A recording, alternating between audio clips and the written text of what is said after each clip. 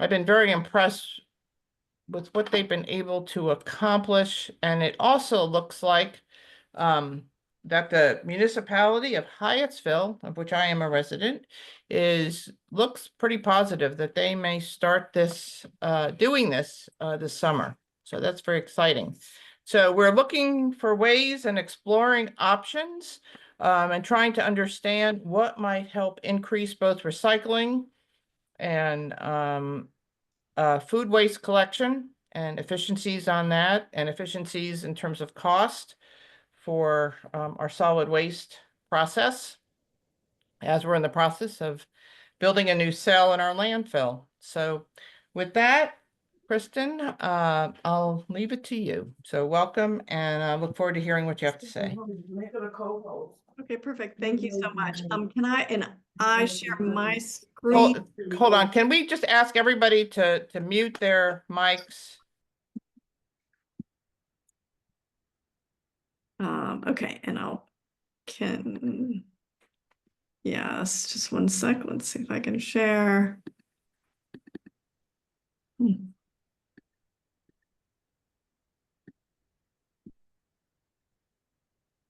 What is it not letting me share?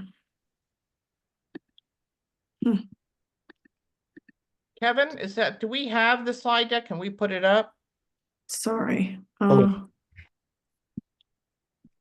Yeah, it's not letting me. Let me try it. Let's try again. Marilyn, do you guys have it set up that they could share? Yeah, it says I can share, but it's not. Oh, wait.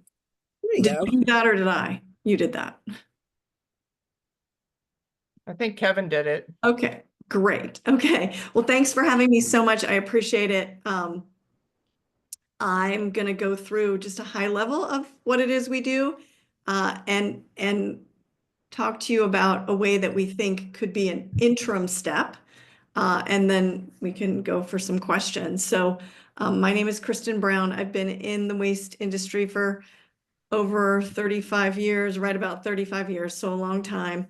I've worked in Europe. Waste Zero hasn't worked in Europe, but I have worked in Europe. I started out working in Europe. So I've seen a lot of different waste systems. I guess go to the next slide here. So I want to talk to you a little bit about our company. Waste Zero started about 30-something years ago. I've worked for Waste Zero a little over 10 years. Prior to that, I worked for a couple different companies, one of them being ICF International, which is kind of local in the DC area. And our company is a B corporation. B corporations are still for-profit companies, but we are very mission driven, and profit isn't the most important thing to us. So we do try to make a little bit of profit every year so that we can keep our mission going. Some years we don't make a profit, and other years we make a little bit. But our mission is to cut the trash in half, and we've worked with about 500 municipalities, probably more at this point, over the period that we've been in business, and we currently service a lot of those municipalities on a continual basis. So next slide. Our goal is to create actionable solutions that are easy to implement and that don't necessarily cost a lot of money to do. I have a good friend. I'm currently in California right now. I was just at a conference in the Northern California Recycling Association. And one of my really good friends always says, don't let perfect be the enemy of good, because if you keep waiting for the perfect plan to implement, it's really hard to get anywhere. So we try to design programs that give you stepping stones and that are easy and viable and politically viable to implement. So next slide.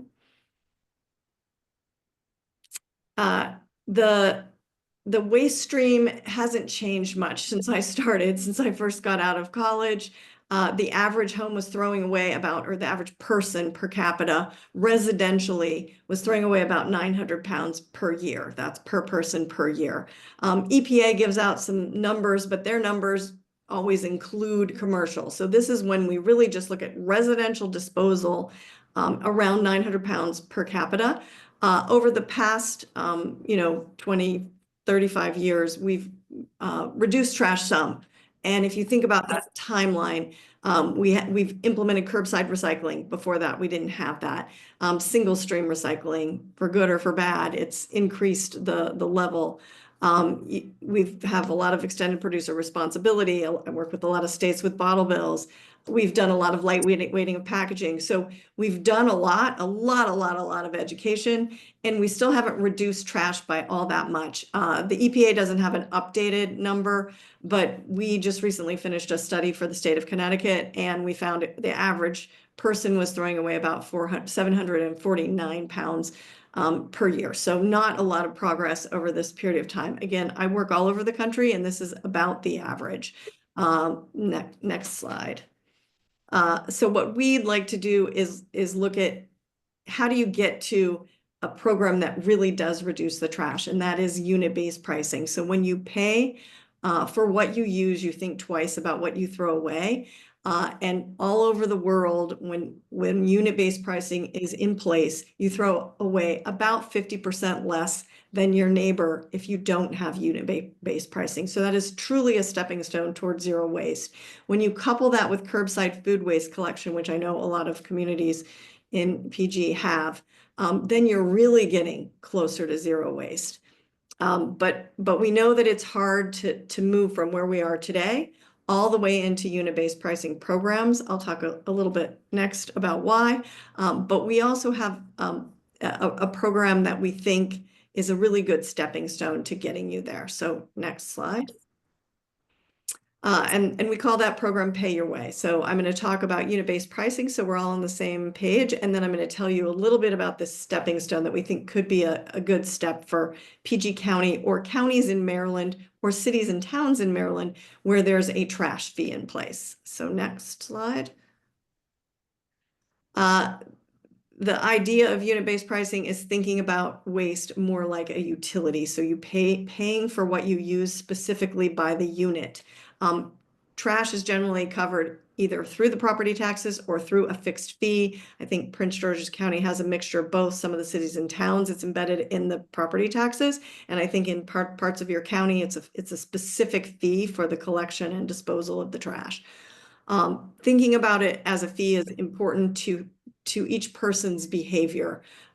If you are Rachel, who is a friend of mine who gave this original presentation to some of this group, she'll talk about her kids playing in the hose. So when you're paying for your water bill, and your kids are outside playing in the hose in the summer, you remember to turn the hose off. If you aren't paying for your water bill, it's not as important for you to go out there and turn off the hose. Kind of the same thing with trash, same thing with your electricity.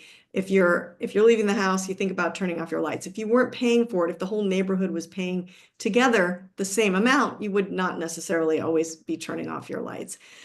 So we think of waste as not a public good, not like the fire department or the schools. We think of it more as a public bad that, nobody really wants or needs more waste. You might want or need more schools or more firemen, but you don't really want or need more waste. Next slide.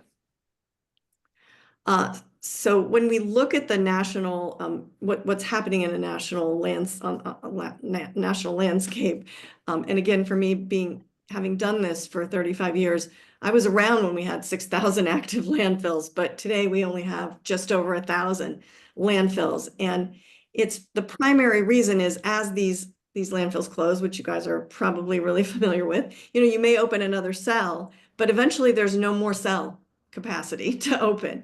And that's what's been happening. And when they close, it's very hard to site a new landfill because no one wants one in their hometown.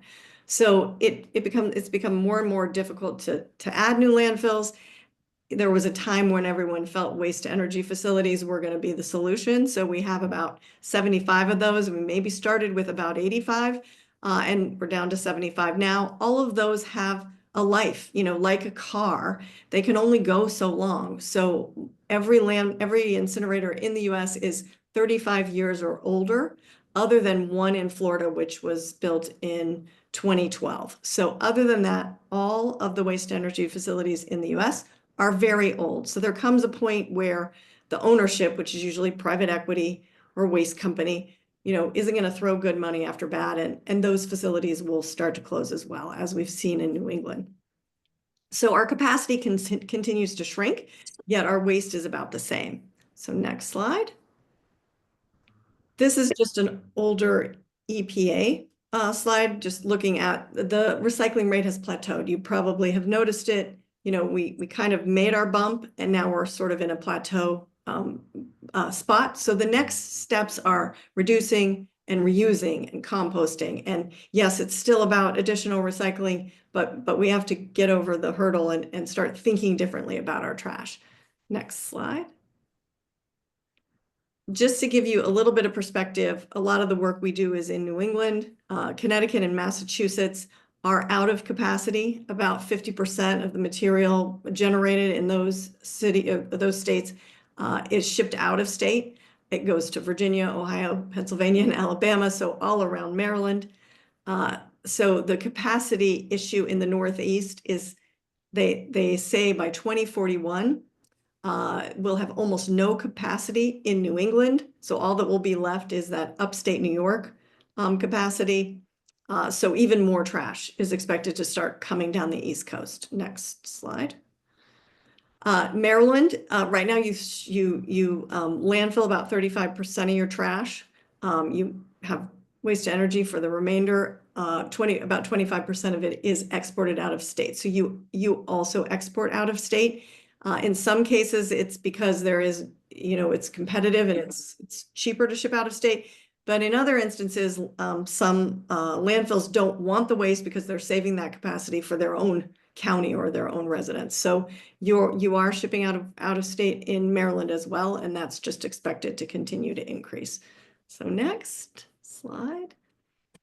Locally, you've done a lot of great things, but we still have a lot of challenges ahead. So you have the styrofoam, polystyrene ban.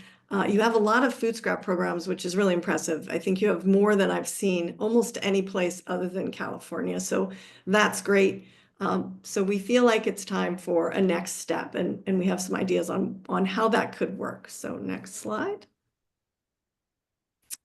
Unit-based pricing, as I mentioned in the beginning, it's also known as pay-as-you-throw.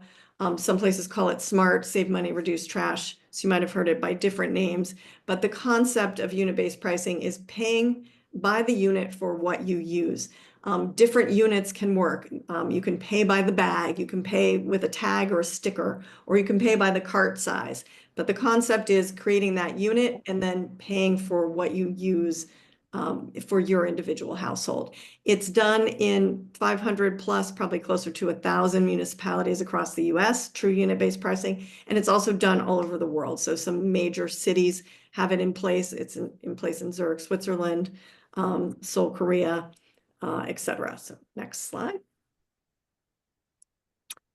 This is just to sort of show you the light green, yellow colors, that is per household disposal in communities with unit-based pricing. And then the bright orange and red colors are per household disposal in communities that don't have unit-based pricing. So in Massachusetts, where almost 50% of the municipalities have unit-based pricing in place, you can be in a neighboring community and your community, if you have it, is throwing away, generating about 50% less per capita than the community next to you. Almost the same population, same type, same demographic. So this just kind of shows when you have that price signal in place, behavior changes completely. Next slide. So how does it work? Creating a measuring cup for waste so that you are paying for what you use. In the case of Prince George's County, or I saw Louisa is on from Greenbelt. The idea there, because they're looking at this as well, is you would take your current fee. So just say your fee is $400 a year. You would have a pay-as-you-throw or unit-based pricing program in place where the fee is reduced, let's just say $200 a year, and then those residents that have that reduced fee pay as they go for the number of bags that they generate. Most people in a unit-based pricing program will throw away only one bag of trash a week. It might be a large, it might be a small, or it might be a really small bag. but they'll only throw away 1 bag a week. So they're able to save money. If you don't want to do that program, you could opt out for the full fee, and then you're not paying as you go. You're opting for the kind of all you can eat trash option. But unit-based pricing, the concept is, again, paying for the amount that you throw away. Next slide. So where does the reduction come from? Again, a little bit, part of it certainly does go to recycling, because not everyone is recycling as well as everyone else. So when you are in a unit-based pricing system, you think completely differently. For me, when my kids were young, I know they'd have friends over, at the end of the day, I'd look at the trash can, and we had a recycling can right next to it, a tall, skinny recycling can right next to it. But it would never surprise me that when I looked in the trash, there were bottles and cans. So I would move the bottles and cans into the recycling. And when you have unit-based pricing, someone in the household always takes on that responsibility, because they don't want to open up another bag and pay another $1. They look in the trash can and they make sure everything that could be recycled is moved into the recycling. They also think differently about composting at home or using a food scrap program. They think differently about, items that they might throw away that could be reused or could be given to a neighbor. It's just a complete change in behavior, because every time you open up another bag, you know that you're paying for what you use, kind of like a prepaid phone. You save your minutes for the end of the month. Next slide. Earlier, I'd say 5 years ago, right before COVID, we worked in Maryland. I met Greg Smith, who I think is on the call, and several other people in Maryland. I did talk to PG County at that time. Our company was looking at moving into Maryland and doing some work. COVID kind of stopped that from happening, but just prior to COVID, we did start a pilot with Carroll County in the town of New Windsor, just to demonstrate that the concept of unit-based pricing works. They called it Future. Their program was called Fair Trash Reduction. And this is a waste characterization per capita before the program and after the program. They did reduce their trash by 43%. You can see the by item before. The amount of paper, like the amount of plastic, is orange there. You can see how that waste reduced because of the pilot, because of that unit-based pricing, because of that behavior change. So I think it's a dramatic way to look at it. Next slide. The pilot was super successful. It's unfortunate because we'll go to the next one still. We were this was a couple months in April. We did a presentation to the council. They were really excited. The county was looking at it for the whole county, but then the end of the year, when we were ready to ramp up implementation, it was March of that following year, and that was when COVID came into full play, and so everything just kind of got put on hold. So hopefully we can get back to that someday soon. But it was successful. The county measured illegal dumping. The county looked at recycling contamination. We had absolutely no reports of illegal dumping at all, additional illegal dumping. And then the recycling also was very clean. So it was a successful pilot. Next slide. So over the past, sort of during this COVID period, we focused on New England, which is where our primary customers are, our primary cities that we work for are. We did a pilot in Connecticut, which lasted about 3 years. About 15 communities participated. They all did a unit-based pricing pilot, but it was what we call pay your way. So if you didn't want to do it, you didn't have to do it. And what we found is that it still worked. It didn't reduce the trash, the 45–50% rate that you can get with true unit-based pricing, but it was a really good stepping stone. So we did the program. The average home or the average city saw 17% waste reduction over that 3-year period. Some of them saw certainly more, a couple of them less. The primary thing that we learned is that when you give people the option to opt out, there's a lot less political pressure, and the program still works because there's still a lot of people that opt in and just do it. So next slide. So we like the concept of pay your way. We have 2 municipalities that have been doing it for several years. I'm going to say close to 10, maybe even 15 years for one of them. Both of them super successful. In fact, they're to the point where almost 3/4 of the people are doing the program. So therefore, their waste reduction is significant. And it's just taken some time to build to that number, but it is a good way to get started. And because there are several municipalities within Prince George's County, as well as the county itself, that have a fee in place, it is an ideal place to test something like this, because you're able to take one area or one municipality like a Greenbelt, reduce the overall fee, and then have the pay your way system in place. So the fee is lower, they pay as they go for the number of bags that they use. And for those that don't want to do it, they opt out and pay the higher or the full fee, so that you don't have a lot of pushback, but you're still able to see that waste reduction, and you're still able to build on the excitement and watch, one neighbor watches another neighbor and says, oh, I can do that. That's not so bad. So it's easier to pull people into the program, which we've seen in the 2 main communities we work with in Massachusetts and in Rhode Island. Next slide. So, we're calling it a hybrid system. I don't want to go through all of this. I think we can mail out all of this, but I'd rather have a little bit of a discussion and ask some questions. So maybe go to the next slide. The communities that have the pay your way system works whether you have a cart or whether you don't have a cart. If you have a cart, the special bag goes inside of the cart. If you don't have a cart, it can go on the curb, or it can be in a automated system where it's just in a cart for some people or on the curb for others. So it kind of works. It's very flexible with whatever system you currently have in place for collection. Next slide. And it, gives residents control over their cost. So as the cost of waste continues to rise and the capacity continues to shrink and the trash comes past the residents of Maryland from New England, residents can at least have control over their own personal waste bill, technically. Next, I think maybe might be close to done. Maybe go to the next one. Sort of.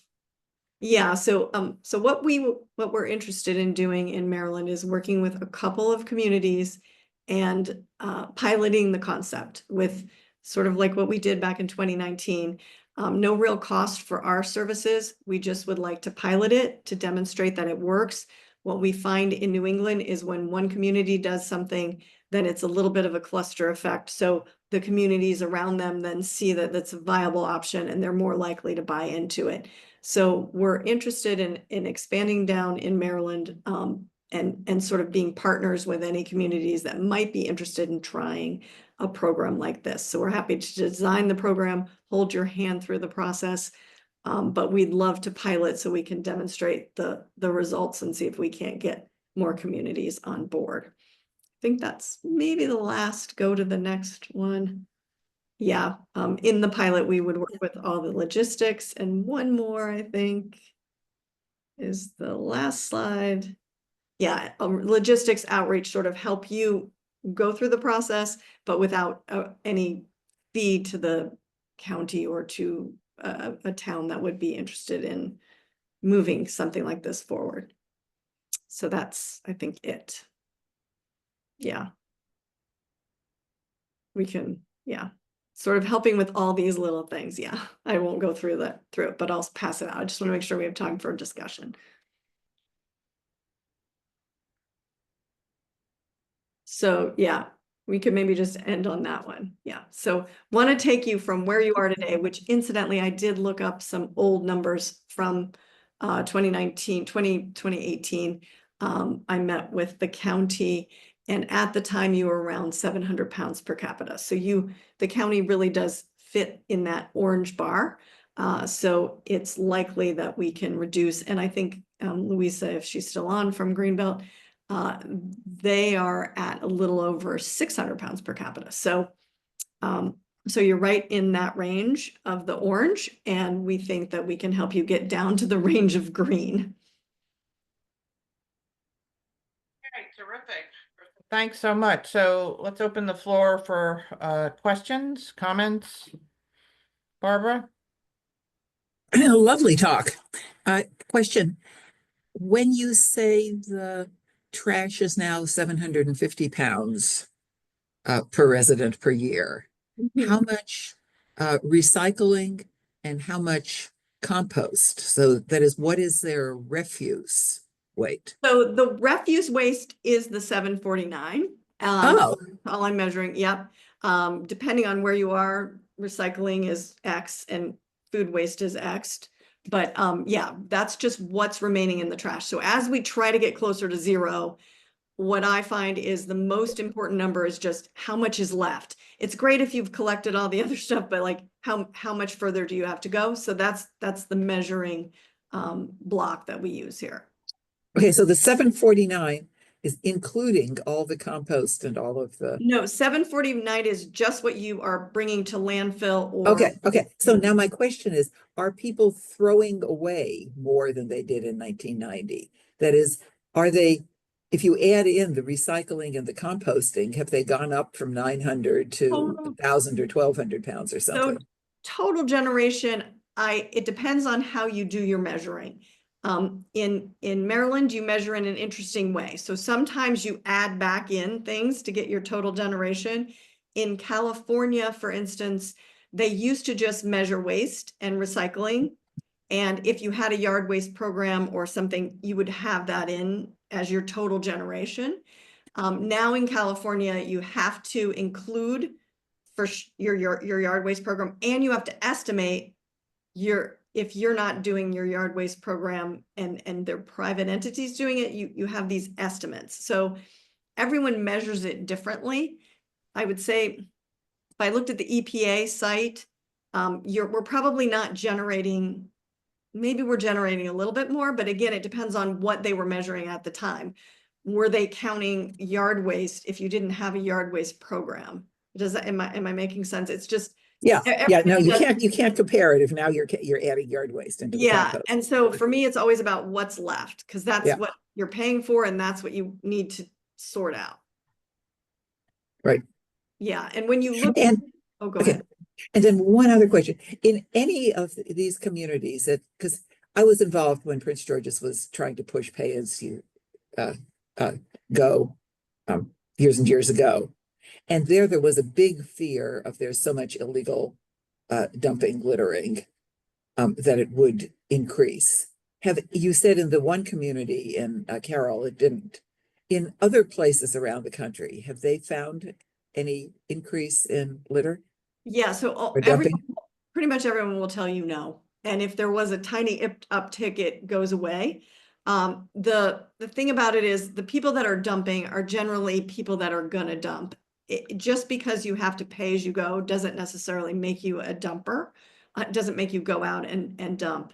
The other fear that people have is that the recycling will become more contaminated because you've given me a unit-based cost for my waste, and therefore I'm going to put some things that are waste into my recycling because my recycling feels free.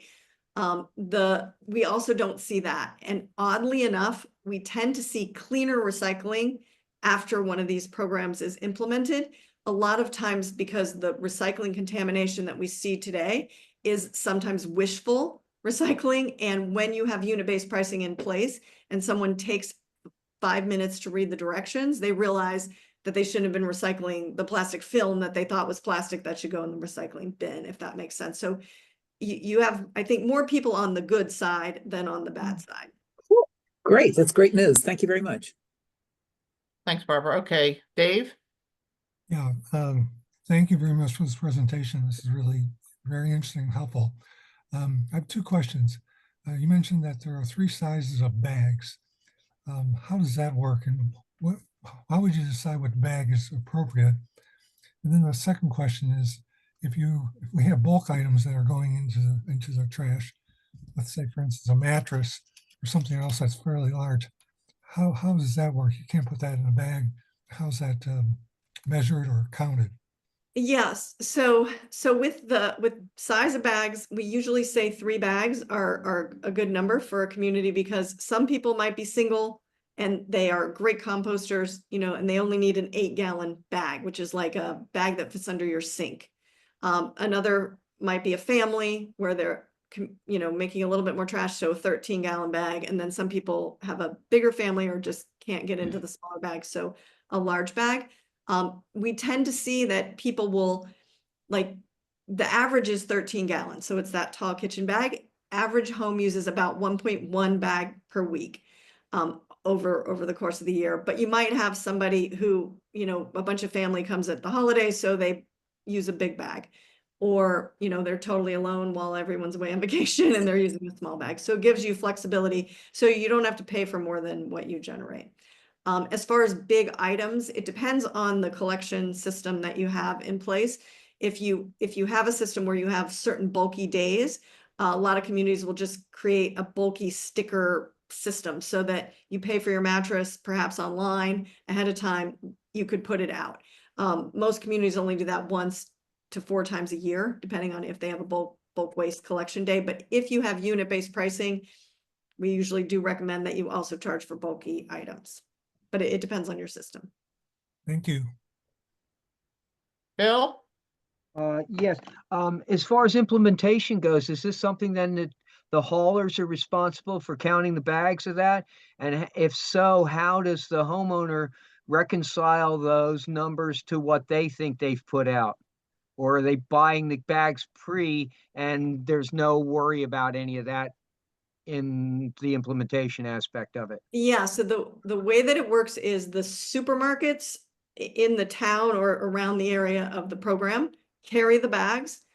They do it with no additional markup, so you decide on what your bag price is. So say the actual cost of the bag itself is 20 cents and you want to charge $1, the county gets the 80 cent differential. The resident buys the bags at the store. Usually in packs of 5. So if they're $1 each, they're spending $5. They buy them at the store. When the retailer pays their bill, the county gets paid back their 80 cents so that there's no counting at the curb. It just happens every time you go to the grocery store. If you need bags, you get bags, and you have this awareness that, okay, this is a premium thing that I'm doing. This is costing me more. So I'm going to think twice about what I put in it, but there's no counting at the curb. Okay, another question is, it relates to, say, extended producer responsibility. Is there any additional impetus from those communities where they have adopted this pay-as-you-throw thing to put pressure back on, you know, the producers to say, hey, stop giving me all this trash. I don't need it. I'm paying for it. Cut it out. So really great question and comment. I think just anecdotally, I will say that in Massachusetts, in communities where you have this program, you do see pushback on restaurants, for instance, you know, not exactly extended producer responsibility, but that same thought process of residents saying, I don't want that, you know, to-go container. I'm going to bring my own because, you know, you're offering me something that's not in any way recyclable. So you kind of see it on that end, the restaurants trying to figure out how to, if they are offering a to-go container, to offer it in something that's recyclable instead of non-recyclable, because they hear it from the residents. So it does create just a ripple effect of awareness. I don't know specifically about general extended producer responsibility. I will say in Europe, when you look at the extended producer responsibility, the really good programs, Germany, you'll see that they call it the polluter pays principle. And they always have unit-based pricing with it. So it's the polluter paying, it's the company that's making it, but it's also the individual who's using it, and you need to make sure you're disposing of it or taking care of it the right way. So it's on both ends. Okay. And one final thing. Personally, I go around every day and pick up trash in the neighborhood. Last year, from the trash component, it was 355 pounds. I'll be damned if I'm paying for those neighbors' trash. So that stuff is going to stay on the street. From that point on, it's staying on the street because I'm not going to pick it up and pay for it. So because you're doing such a good job, perhaps the county can help you with that, because we wouldn't want you to continue to leave it on the street. So That's it. maybe you Thank you. can have a supply of extra bags for special effort. Okay. That's it for me.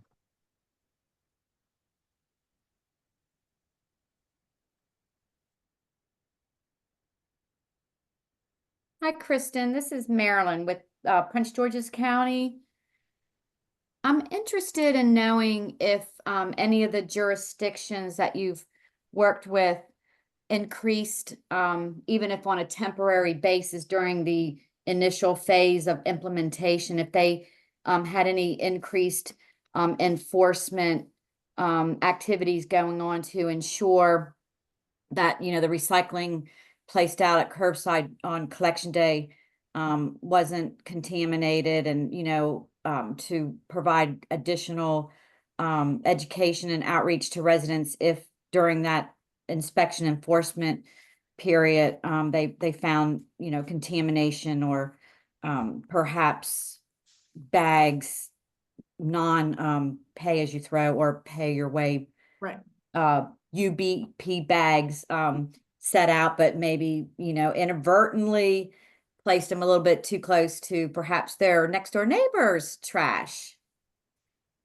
Yeah, so for the first month or so, depending on, you know, how big your program is or the type of community that you're in, we do recommend some boots on the ground. We like to help with that because we have a lot of experience with it. With this sort of step that we think could be a cool thing for you guys to pilot, the pay your way concept, the idea would be that in an area of the county or in a town like a green belt, that the fee would be reduced and it would be, you know, pay your way. If you don't want to participate, you could opt out and pay the full fee. So that kind of gets, you know, those people that are really don't want to do it, they're for whatever reason they don't want to, whether they're just busy right now, you know, whatever the reason, you know, if they're not ready to go all in, they could opt out. So I think that system takes care of anybody who's deliberately gonna do something wrong. And those that are staying in are willing to give it a try and are gonna try, you know, try to do it correctly. But yes, that first month or so, you know, we recommend different types of stickers to leave behind so that people understand and just re-educate them for the first month. Thank you. Mhm. Hi, Christine. I have a question. This is Kevin from Prince George's County. My first question is, what kind of bags do you use? Are they compostable or? So for the trash bag is not, could be, if for some reason you were going to like a landfill that was able to handle that where you wanted it to break down specifically. Most communities just use a regular bag because it is going into the landfill.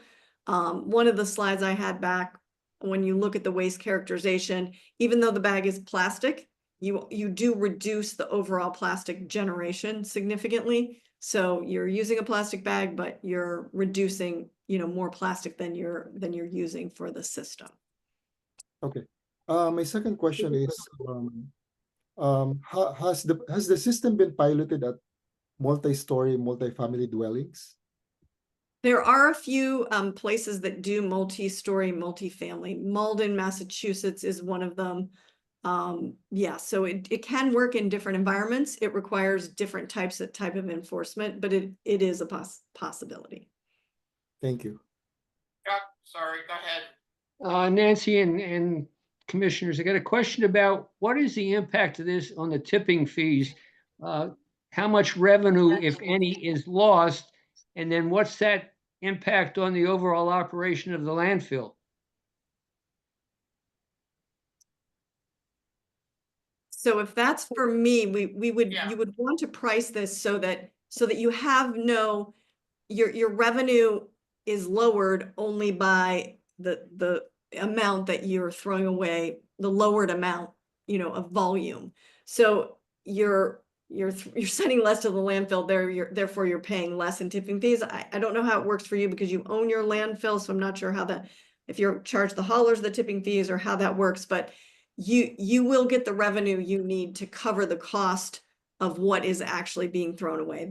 We designed the program so that there's no net loss in revenue. Let me see if I can explain it the way it works. We pay a flat fee on our taxes for our garbage pickup, our trash pickup. And it's not based on volume, it's just based on the fact that we pay a flat fee. if we go to a system where we're now going to pay on volume and we get to reduce that, obviously the county's not going to collect all that money. There's not going to be a need for as many haulers because there'll be less volume to be picked up. So there will be less volume. Yeah. So That would mean that the haulers won't need to pay the tipping fees they're currently paying when they go to the landfill. That means Paying the the revenue tipping fees coming like into the that. landfill would be reduced. So the revenue to the landfill, yes, is reduced, but you have more capacity in your landfill to take in material from someplace else, or the life of the landfill is extended. But you want to design That it. creates, why would we want to take it in from someplace else? No, I'm saying you extend the life of your landfill, then you're not Yeah, but cleaning up we as still much. have to make up for obviously there's overhead costs, no matter how much trash comes in, you have to operate the landfill and there's a cost associated with that. How do we make up the lost revenue? Chuck, look at Marilyn's answer in the chat. The haulers don't pay the tipping fee, is what it says. Who does? They get paid through contract. With the county.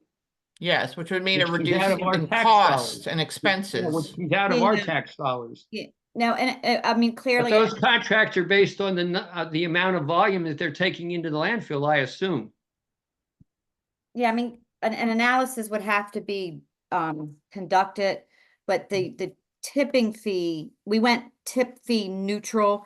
But in essence, it's built in to the unit price that we're paying the haulers. When we went tip fee neutral, what that did was it lowered the unit price rate. I hope that makes sense. But I yes, would but analysis would have to be done. So I Yeah, wouldn't. and be I able would to answer assume that if the yeah. volume's down, you're not going to be paying the contractors the same what you're paying them now. I mean, that Yes, would seem that logical. Yeah, that analysis would have to be done so for us to experience, the county to experience like a cost savings, because, you know, hypothetically less trash would be set out at the curb for collections.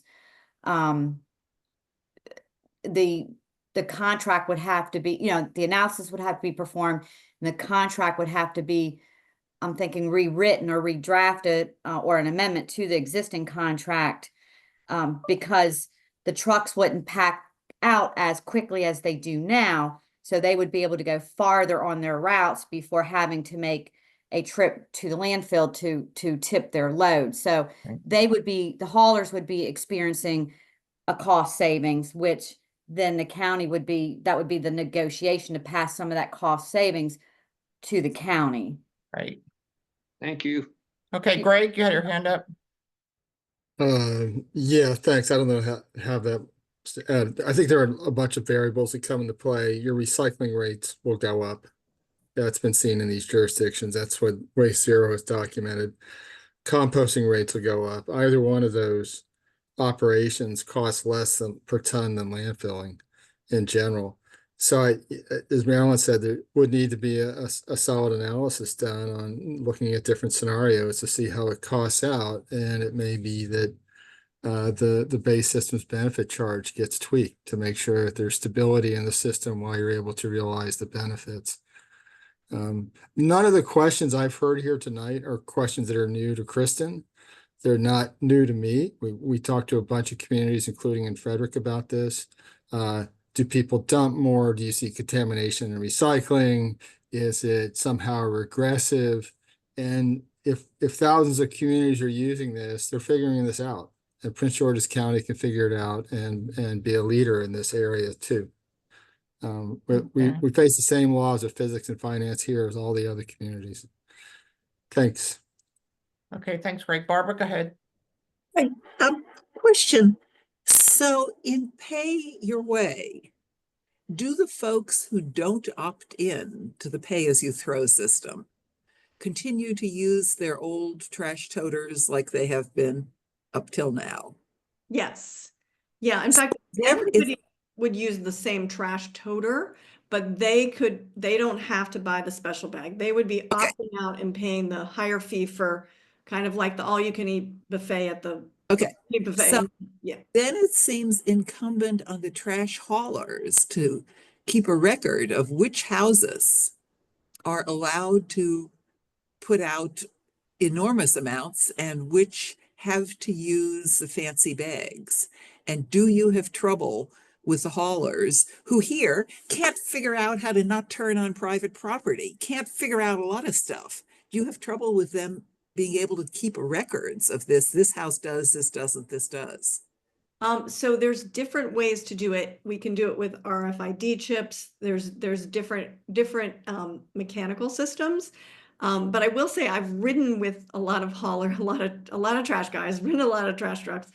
It is amazing how much they know about each person's house. It's crazy. They just know their route. I mean, they do it every day. And I know it's thousands of homes, but it's crazy how much they do really realize who's doing what. They say when there's an investigation, the police will go to the haulers because they really do know a lot about what's coming in the trash. But yeah, I mean, your point is well taken. It really just depends on the system.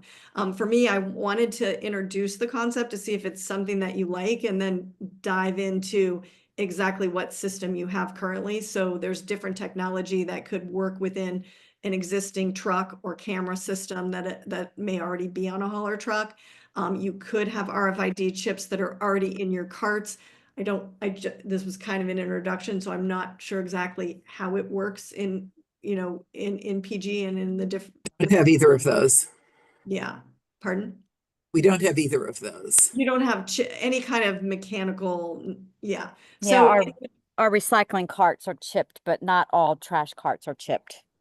okay, yeah, so then we can, for a pilot area, we can add a chip with a sticker, can stick a sticker on that has a little chip in it. There's different ways to pilot it, just that to make it easier on the haulers and to have a check and balance system. Because it seems like the easiest for the haulers is you just pick it up and don't have to record when people didn't comply. And we've had a lot of trouble with at least one of the haulers, just at least in our neighborhood, taking the easiest way, if it is mixing the compost in with the trash because it's one haul, etc. So do you have trouble with haulers just taking the easy way rather than making the residents comply? I mean, typically still no, because we still see the large waste reduction. So if there's an occasion that they're not doing it right, then, we're not seeing it, but it will, yeah, it depends on the hauler, but typically no. Okay, so that's great to know. Thanks, Bill. Yes, Muted. with those unincorporated areas of the county where the county's not providing the trash pickup service, but yet those people can engage private contracts pickup, how would they be able to participate in a program like this? They do have the convenience centers, which I assume would be able to support, the pay-as-you-throw bags, but those people who have been using the convenience center without those bags, how would that work for those people or not work for those people? So pay as you throw at a convenience center works well. There are many, many, many that do it that way. I'm not sure how your county system is set up. It can also work with the subscription haul system. Again, I'm kind of in the dark exactly on how your county works, but. Okay. Anything else? No? Okay, great. If anyone has any further questions, you can email me and I can send them to Kristen. And Kristen, I think there's some additional outreach materials we had discussed, which would be great to sort of follow up with some of that material Okay, yeah. for further conversation and yeah. discussion. Thank you so much for coming and giving that most. Kristen, thanks so much. Well, thank you all so much for having me. I really appreciate it. And we'll talk soon. Thank you so much. Okay, thanks so much. Have a good night, everyone. Thanks, you too. Bye-bye. Bye-bye. Okay, we will move on. We're moving quickly here. We got, try to get through the rest of this fairly quickly. Committee reports. So Dave, let's start out with greenhouse gas. Okay, can you hear me? I guess we can. Mhm. Yeah, there are, right now in the General Assembly, there are two bills, one for mattress recycling and another bottle bill. And these aren't passed yet, but we sent letters of support for both of those bills, and we're hoping that they will pass. Okay, I'm so wearing that's my bottle really, bill can I, t-shirt. let me stop you there for a second. That's really the legislative stuff. So, Oh, I'm sorry. that's okay. Okay. Yeah, so we had agreed to send letters of support and I sent those letters. Both those bills have passed through the first committee on Friday, so folks know that. The you're shaking your head, Louisa? Yeah, I No? didn't hear about it. Tell us. Yeah, it did. And the bottle bill apparently at the moment is stuck in the Economic Matters Committee, which is secondary committee it's been sent to. If anyone has contacts, if they have any relationships with anyone from Prince George's that's sitting on the Economic Matters Committee, if you could email me privately and let me know that.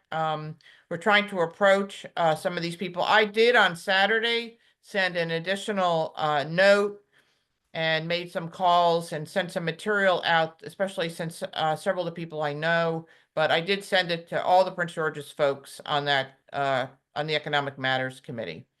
So we don't know what's going to happen, but as soon as I know something, I'll let you know. But again, if anyone has those contacts, please let me know. And it may be helpful in order to encourage or find out what their position is. We're unsure of about, we have, we think 7 votes secured for the bottle bill, but we need a few more, 4 or 5 more to get it through the Economic Matters Committee. So that's where that stands at the moment. So Dave, go ahead. Yeah, okay. Louisa and Tom Taylor, who also lives in Greenbelt, and I have met, and we now have a survey. We're pretty close to having a survey about recycling, and it's going to go out to 27 municipalities. And I'd like to ask Louisa if you want to update us Sure. on that. And just Yeah, what so the we status. managed to incorporate all of the comments that people had made regarding the survey. They're all made in Survey Monkey. So I don't have like a Word document that I can share, but I believe there's a way of sharing the Survey Monkey link even when the survey is not published. And I was able to talk with Mike Honenhake from Sustainable Maryland Certified, and he has agreed to use the University of Oh, Maryland's that's great. wherewithal, to send the survey to all of the municipalities within Prince George's County. We're not sure whether they're actually going to use Survey Monkey. They have also another thing called Quantus or Quanticum or something like that at Maryland. So they might have a student transfer the survey from Survey Monkey to that other thing, and then send it out. And they'll be able to do this, not this coming week, but the following week. So by our next meeting, the survey should have gone out. That's Yes. great. Mhm. Yeah, that's exciting. Thank you, Louisa. I also wanted to comment that the generation of this survey in part happened because of the Prince George's County Code, Subtitle 21, 149, what people call CB 87, but there's also a CB 78, which was posted in 2017 as to multifamily rentals shall provide in a same manner a solid waste disposal, including convenient and accessible location with signage. So trash and recycling have to be like equally accessible for everyone. And we're not sure who's supposed to enforce. I know Maryland said that the municipalities were supposed to, but we just had a meeting today with Alan Williams, and he is the recycling inspector. So Maryland, I guess you're their boss. But he said that if your municipality doesn't have a law that's stronger than the county, then it's the county's law that's in effect, and it's the county that enforces it. So that's what Alan Williams said. He was invited by our director of planning, Terry Ruby, because she, she wasn't convinced that the municipality enforces that. So we're back to that wheel of who enforces, because Alan categorically said that the county enforces. So this survey will bring some of this to light. Some of the municipalities will let us know whether they're enforcing or the county's enforcing for them and what's going on. Thank That's you for great. that information. I'll speak with Alan. Thank you. So Marilyn, if you find out or something else in this process, just continue to let us know, what gets figured out. I will. I will report back to you. Thank you. Thank you, Thank you, Louisa. Yeah, Thank thank you. you. And that's pretty important because I think about a third of the county residents are in municipalities, so it's a big chunk of the county. This is actually a relatively small thing, but I live in University Park, which is not very big. We were presented the presentation was made by Michelle Blair. They're starting their own mandatory composting program. She presented to University Park. University Park Council decided not to go mandatory, but what they have decided to do was to give everybody a compost card. So right now we're composting probably a little bit more than half the houses, or a little less than half the houses. Now every house will have a compost bin. So we think that the amount of compost is going to go up considerably. So that's maybe a little success. I just wanted to mention that, and maybe some of the other municipalities will also start doing that too. So Dave, we had her do a presentation. She did a presentation recently for Hyattsville that we hosted. Thank you. Just to remind everybody, and I think we've sent this out a couple times, but we will be having our tour of the OCF this Thursday, beginning around 9:30. And one of the things that I think we'll be especially interested in looking at is the depackager, which separates plastic from food waste. So I hope everybody can make it. If there's anybody here has any questions about that, please feel free to contact me. But it'll start probably around 9:30 on Thursday morning. Two last things. Wanted to ask Marilyn about messaging again. We've been kind of asking that we get some type of a meeting between the DOE staff and some of the commissioners, particularly Barbara. And we would like to really sit down and figure out how best to do messaging and to get the commission really involved. So it would be nice, Marilyn, if that's something we could do in the near future. And I think Barbara is the one who's been taking the lead on that from the beginning. Because remember, Marilyn, last fall, you thought that you could get an in-person meeting between you guys or whoever does messaging from DOE and whoever does messaging from the county executive's office and us, that we could all sit down together in one room, and that you thought we could do quickly last fall. Yeah, so acting director Adriana Caldarelli answered that in an email response, I believe, to Nancy. Barbara, I think you may have been copied on that. And so that meeting is not going to happen. And nothing in its place. No meeting. No information transfer. Chuck, go ahead. Yes, looking at the information that Kevin put together, and this caused me concern, and it relates to the same issue. Under item 3, composting outreach, there's a statement that SWAT is enjoined suggest messages related to recycling and compounding. Who enjoined us? Who is the authority that is enjoining this commission from acting in accordance with what I think our mandate was to suggest such programs or such messaging. I mean, obviously, there's an unknown person out there that's giving us direction and stymieing every initiative we attempt. And it's unnamed. They are unnamed. I'm probably in trouble for raising this issue, but I'm a little, I've had this discussion with some of you. I'm a little tired. If you look at this list of things that Kevin's put out, there's at least 3 items on there we're trying to get addressed, and all 3 of them are stymied. So Kevin or Marilyn, would you mind responding? Yeah, I think, Kevin, if you want to explain the choice of wording on that bullet point with respect to the outreach Yeah, I and think, what you meant. yeah, so part of Adriana's email was that SWAC could send suggestions through RRD in terms of, if you have suggestions or comments about the messaging that we release to the public.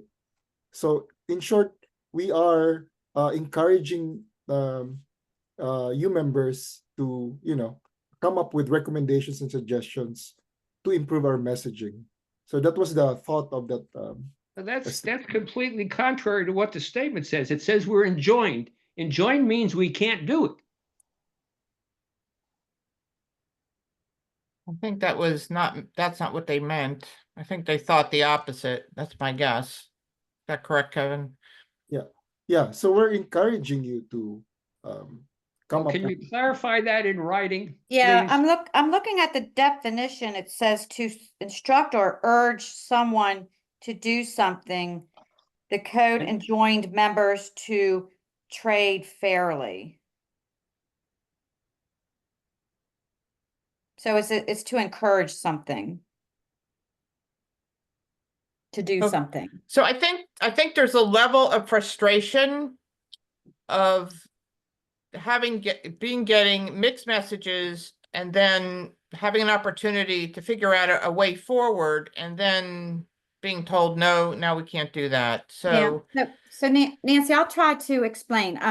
So what the county's position is, and again, this is the department has to follow the directive of the county executive's office, because this was vetted through the county executive's office, is the department is not allowed to have any outside entities unless it's a paid vendor or contractor to do so specifically, to have any outside entity review the outreach information or make edits to it before it goes out.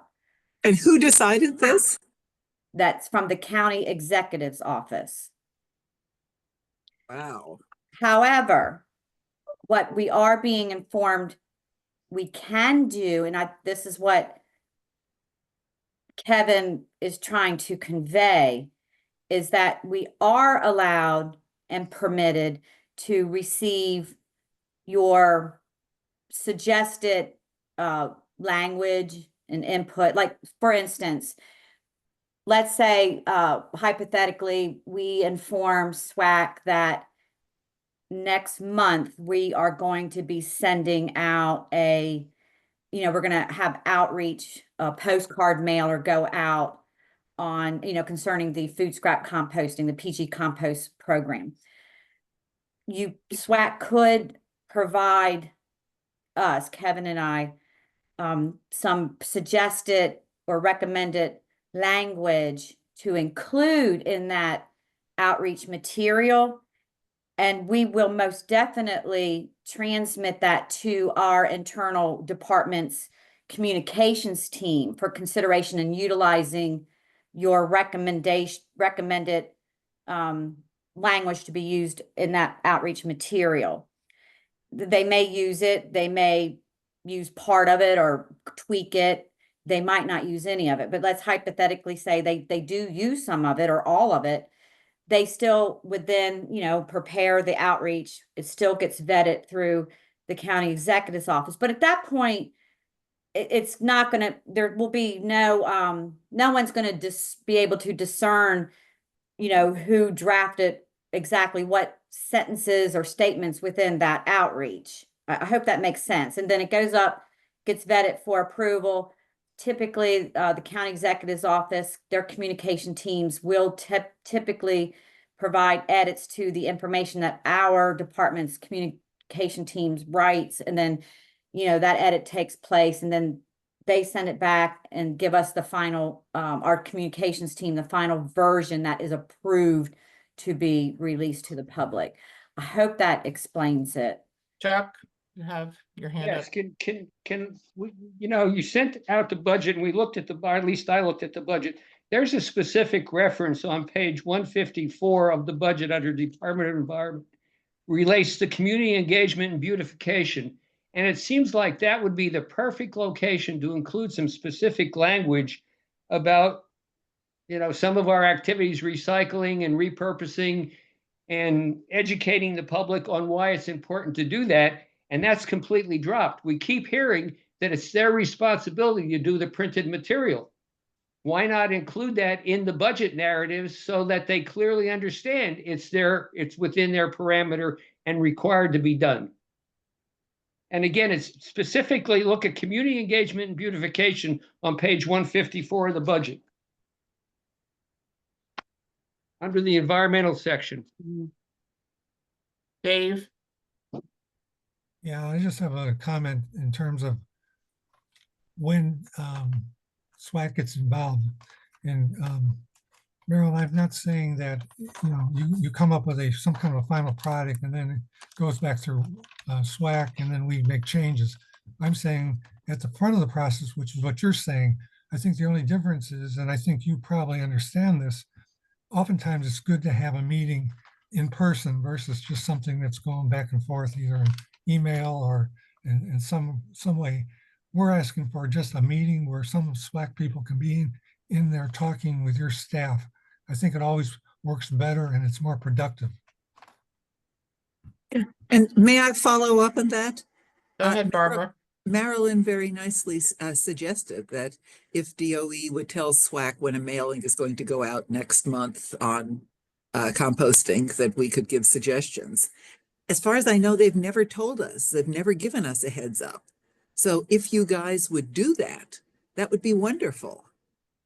Yes, certainly. If it's something that within our division that we are initiating ourselves, we most certainly can and will do that, Barbara. Great. And yes, Kevin and I, and even I can have Jessica Moore, our recycling section manager, because most of our messaging has to do with recycling or composting, waste reduction, source reduction, etc. We can meet with you. We at our level can meet with you, but remember, that would be wonderful. But remember, we're not the communications team. The communications team's not going to meet, but we can at our level in order to once you know that we are initiating some form of outreach on XYZ topic, then we can have that discussion. And then, you can share your ideas, thoughts, do your explanation to make sure we have, the understanding that you want to convey. And then when we provide the information to our internal DOE communications team, that will be it can be part of the messaging that we convey to them. We can do that. Now, I do say, and I need everyone to be aware that we, in our division, we don't initiate a lot of what goes out by the department. For instance, when you see, occasionally you might see a Tuesday tip or, the Sprout or something like that with some information that goes out about recycling or composting. Oftentimes we're not consulted or notified that any information is actually going out there. our communications team is taking that upon themselves. And the first time I'm seeing it, or anyone in my division is seeing it, is the same time the public is seeing it when it goes out. So I can only share with you, what we are responsible for, and what we initiate. Okay, so thank you, Marilyn. I think so. So Barbara, that's really your bailiwick. So I will leave it to you also as vice chair to follow up with Marilyn about getting that arranged. Terrific. Nancy, Okay. the correct page, I'm sorry, the correct page for that site in the budget is 457. Okay, It's under the Department of Environment, section 154, but the correct page for community outreach engagement is on page 457. so Chuck, we're going to be covering the budget at the next meeting. Okay, I'll bring it back up then. Thank you. Thank you.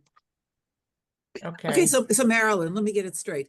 So you guys, i.e. you and Kevin or whoever, think of what you want to have go out.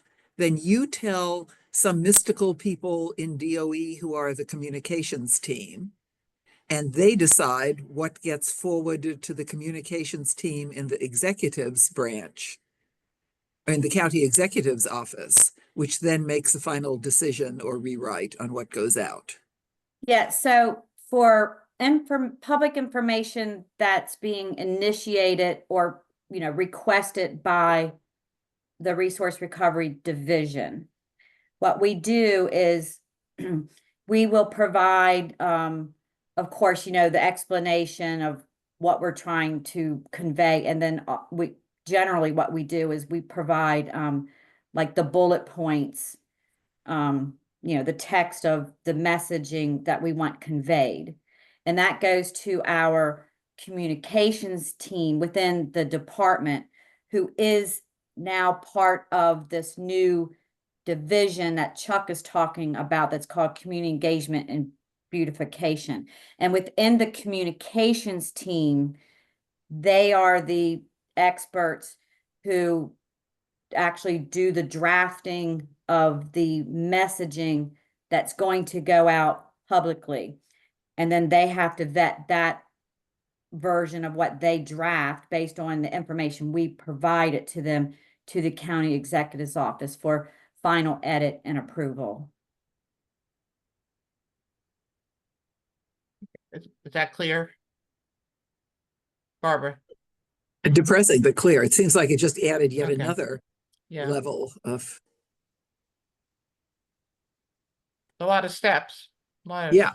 It's that old game telephone. Each time Yeah, you no, relate to Mrs. somebody, you get more errors. Yeah, so again, if it's something that we're initiating, we can certainly notify SWAC that, again, an example, say we're going to do some public outreach on the PGC compost program.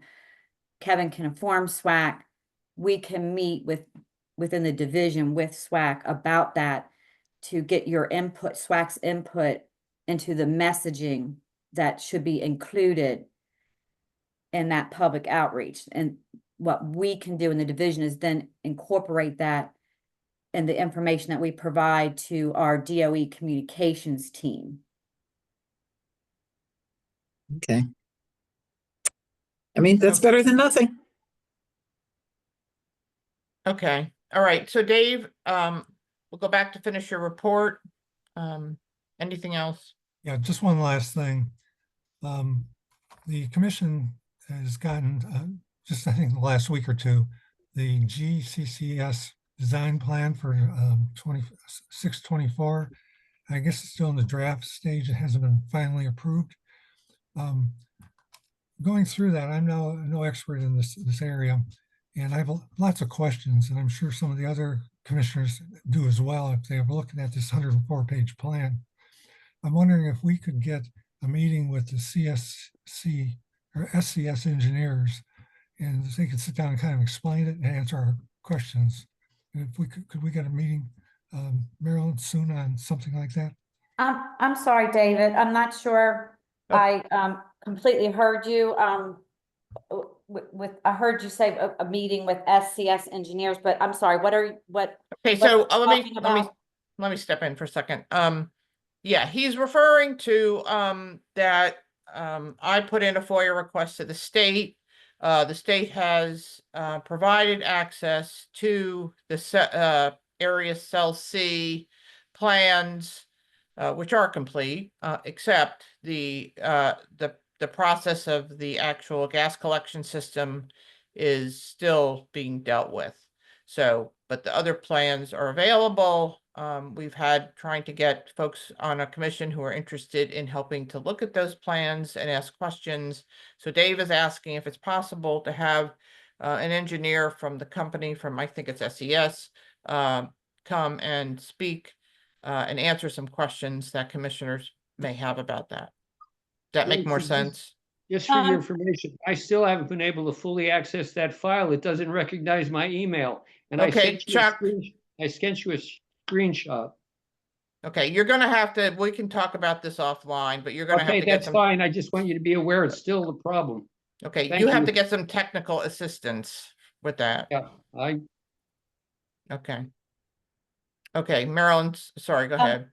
Yeah, so I thank you. I do understand now. What I can do is I can check into that to see if we can make or have SCS available at a meeting to answer questions about the plan. Okay, great. Okay, terrific. That's great. Okay. Okay, I think that's it. Are there any other? I have a Nyla, go update. ahead. Okay, great. Sure. It's kind of I guess three things. I'll start with the first. I'm gonna do my FDS update soon for the filing because I know the deadline's in April. Correct. I'm gonna send instead of doing a doodle poll for the updated education and outreach meeting stuff. I was gonna do it through that, but I'm like, I'm not creating another account. I got too many accounts. I'm gonna slim down on those things. So I'm gonna do it through Google Form because I've used that before. So look out for that.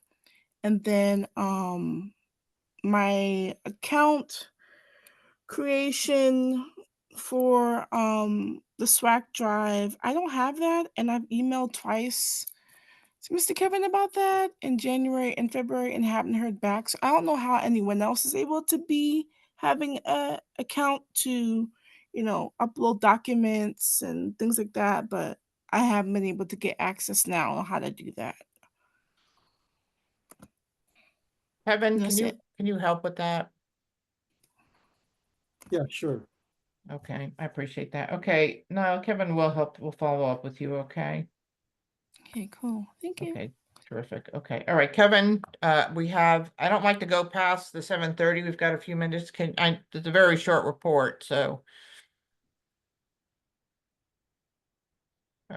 Your report? Okay.